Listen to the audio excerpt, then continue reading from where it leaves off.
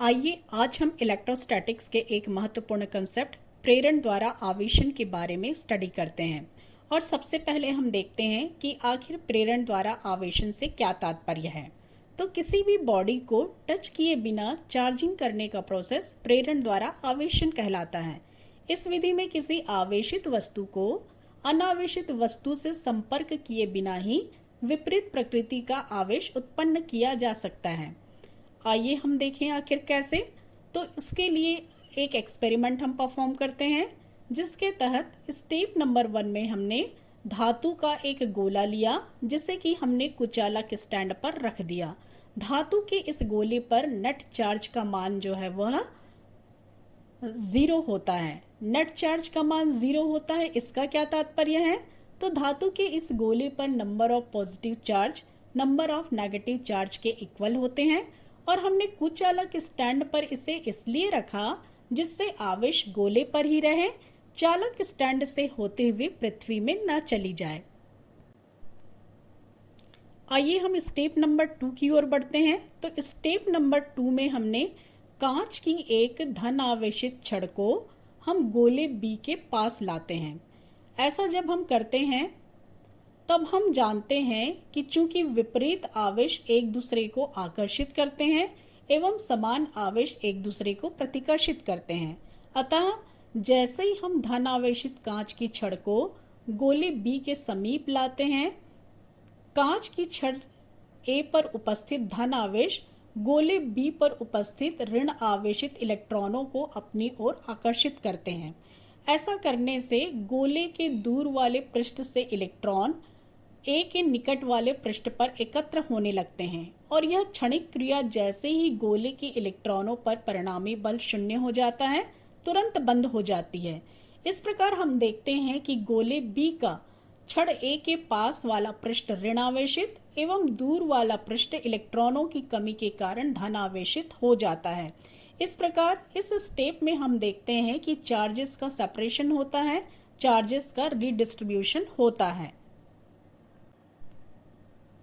Step number 3 में हमने चालक गोले को ग्राउंडेड कर दिया और ऐसा हमने एक चालक तार के माध्यम से इसका संपर्क हम पृथ्वी से कर देते हैं।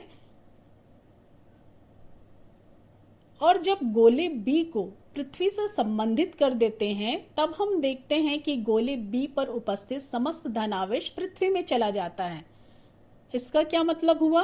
क्योंकि हम यह जानते हैं कि पॉजिटिव चार्जेस मूव नहीं करते, मूव तो केवल नेगेटिव चार्जेस इलेक्ट्रॉन करते हैं। तो आखिर यहाँ पर कौन सा प्रोसेस हो रहा है? तो यहाँ पर हम देखते हैं कि पृथ्वी से इलेक्ट्रॉन आकर गोले के धन आवेश को उदासीन कर देते हैं। इस तरह अब गोले बी पर ए के पास वाला ऋण आवेश रह जाता है। स्टेप नंबर 4 की ओर हम बढ़ते हैं। तो स्टेप नंबर 4 में जो हमने ग्राउंडेड किया था स्फीयर को, तो उसका संपर्क हम हटा देते हैं, अर्थात गोले का हम भू संपर्क तोड़ देते हैं। ऐसा करने पर हम देखते हैं कि कांच की छड़ ए के पास वाले पृष्ठ पर अब भी ऋण आवेश उपस्थित रहता है। स्टेप नंबर 5 में हम कांच की छड़ को भी हटा लेते हैं। तो ऐसा करने पर गोले बी का ऋण आवेश पूरे पृष्ठ पर एक समान रूप से फैल जाता है, अर्थात वितरित हो जाता है। तो इस प्रकार हम देख रहे हैं कि धातु का गोला जो उदासीन हमें दिया गया था उस पर हमने नेगेटिव चार्ज इंड्यूस कर दिया है, नेगेटिव चार्ज प्रेरित कर दिया है। इसी तरह यदि हमें गोले बी को प्रेरण द्वारा धनावेशित करना है तो हमें क्या करना पड़ेगा? तो इससे संबंधित अभ्यास प्रश्न हमारी बुक में दिया हुआ है कि आप किसी धातु के गोले को स्पर्श किए बिना कैसे धनावेशित कर सकते हैं। तो अभी हमने देखा कि जब हमें धातु के गोले को स्पर्श किए बिना हमें जब उसे ऋणावेशित करना था, तब हमने क्या किया कि गोले के समीप हमने धन आवेशित छड़ लाया। तो यहाँ पर जस्ट विपरीत प्रोसेस हमें करना पड़ेगा कि हमें जो है गोले के समीप चूंकि धन आवेशित यहाँ प्रोड्यूस करना है, धन आवेशित हमें इंड्यूस करना है, तो धन आवेशित इंड्यूस करने के लिए हमें इसके पास ऋण आवेशित छड़ लानी पड़ेगी। तो इस प्रकार इसके द्वारा हम किसी भी धातु के गोले को स्पर्श किया बिना हम धन आवेशित उस पर इंड्यूस कर सकते हैं। आइए अब हम एक और एग्जाम्पल देखते हैं और इसके तहत आवेशन की प्रेरण विधि द्वारा दो गोलों को आवेशित करने का प्रोसेस समझते हैं। तो इसके लिए हमने दो चालक गोले लिए ए और बी, जिन्हें हम परस्पर स्पर्श करते हुए दो कुचालक स्टैंड पर रख दिया। नेक्स्ट स्टेप में हम एक धन आवेशित कांच की छड़ को गोले ए के समीप लाते हैं। जब हम ऐसा करते हैं तब हम देखते हैं कि चूंकि छड़ धन आवेशित है, अतः यह विपरीत आवेश दैट इज ऋण आवेश को अपनी ओर आकर्षित करेगा। और इसलिए हम देखते हैं कि जब कांच की छड़ को गोले ए के हम समीप लाते हैं तो दोनों गोलों के मुक्त इलेक्ट्रॉन इस छड़ द्वारा आकर्षित होते हैं। फलस्वरूप गोले ए की बाईं ओर की सतह ऋण आवेशित और गोले बी की दाईं ओर की सतह धन आवेशित होने लगती है। इलेक्ट्रॉनों का यह क्षणिक स्थानांतरण तब रुक जाता है जब गोले ए के इलेक्ट्रॉनों पर नेट बल का मान 0 हो जाता है। स्टेप नंबर 3 में हम आगे बढ़ें तो स्टेप नंबर 3 में हम देखते हैं कि अब यदि दोनों गोलों को हम एक दूसरे से अलग कर दें तो अलग करने पर क्या होगा? तो अलग करने पर भी कांच की छड़ की उपस्थिति में दोनों गोलों के आवेश जो हैं वो पूर्ववत बने रहते हैं। नेक्स्ट स्टेप 4 में हम देख रहे हैं कि यदि हम कांच की छड़ को जो कि धन आवेशित था उससे यदि हम हटा दें तब क्या होता है? तो कांच की छड़ को हटाने पर दोनों गोलों पर आवेश स्वयं को पुनर्व्यवस्थित कर लेते हैं, रीअरेंज कर लेते हैं।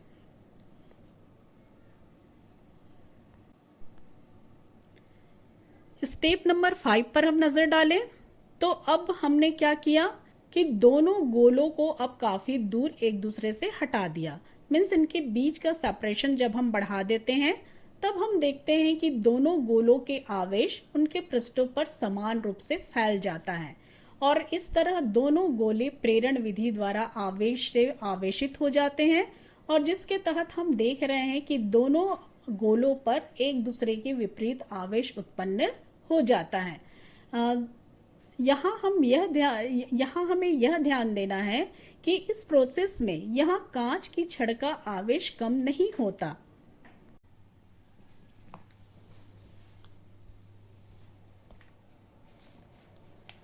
जब दो पदार्थों को आपस में रगड़ा जाता है तो एक पदार्थ में से इलेक्ट्रॉन जो दूसरे पदार्थ की अपेक्षा कम बल से बद्ध होते हैं निकलकर दूसरे पदार्थ में चले जाते हैं। इस प्रकार पहले पदार्थ में इलेक्ट्रॉनों की कमी हो जाती है और दूसरे पदार्थ में इलेक्ट्रॉनों की अधिकता हो जाती है। अतः पहला पदार्थ धनावेशित तथा दूसरा पदार्थ ऋणावेशित हो जाता है। इस प्रकार इसे हम दूसरे शब्दों में कह सकते हैं कि जब दो पदार्थों को आपस में रगड़ा जाता है तो जिस पदार्थ का कार्यफलन कम होता है उसमें से मुक्त इलेक्ट्रॉन निकलकर अधिक कार्यफलन वाले पदार्थ में प्रवेश कर जाते हैं। यहाँ पर हम देखते हैं कि इस प्रश्न में कि जब कांच की छड़ को हम रेशम के टुकड़े से रगड़ते हैं तो कांच की छड़ पर उपस्थित मुक्त इलेक्ट्रॉन निकलकर रेशम के कपड़े में चले जाते हैं। चूंकि कांच की छड़ से इलेक्ट्रॉन निकलकर रेशम के कपड़े में जा रहे हैं अतः कांच की छड़ पर जो है इलेक्ट्रॉनों की कमी हो जाती है, इसलिए कांच की छड़ जो है धनावेशित और रेशम का टुकड़ा जो है वो ऋणावेशित हो जाता है। और इस प्रोसेस में हम देखते हैं कि कांच की छड़ पर उत्पन्न धनावेश का परिमाण रेशम के कपड़े पर उत्पन्न ऋणावेश के परिमाण के बराबर होता है, अर्थात घर्षण के पूर्व और घर्षण के पश्चात दोनों ही स्थितियों में कुल आवेश का मान समान है, 0 है। अतः इस परिघटना में आवेश संरक्षण के नियम की पुष्टि होती है। क्वेश्चन नंबर 2 हमारा था कि सिल्क से रगड़ी गई कांच की छड़ पर किस प्रकार का आवेश होता है। तो जब हम सिल्क से रगड़ते हैं कांच की छड़ को तो उस पर कांच की छड़ पर ऋणावेश उत्पन्न हो जाता है। क्वेश्चन नंबर 3 है, फर्श से रगड़ी गई रबर की छड़ पर किस प्रकार का आवेश होता है। तो रबर की छड़ पर ऋणावेश उपस्थित होता है। नेक्स्ट क्वेश्चन था, आवेश को सबसे पहले धन व ऋण चिन्ह किसने प्रदान किए। तो ये चिन्ह प्रदान किए वैज्ञानिक बेंजामिन फ्रैंकलिन ने।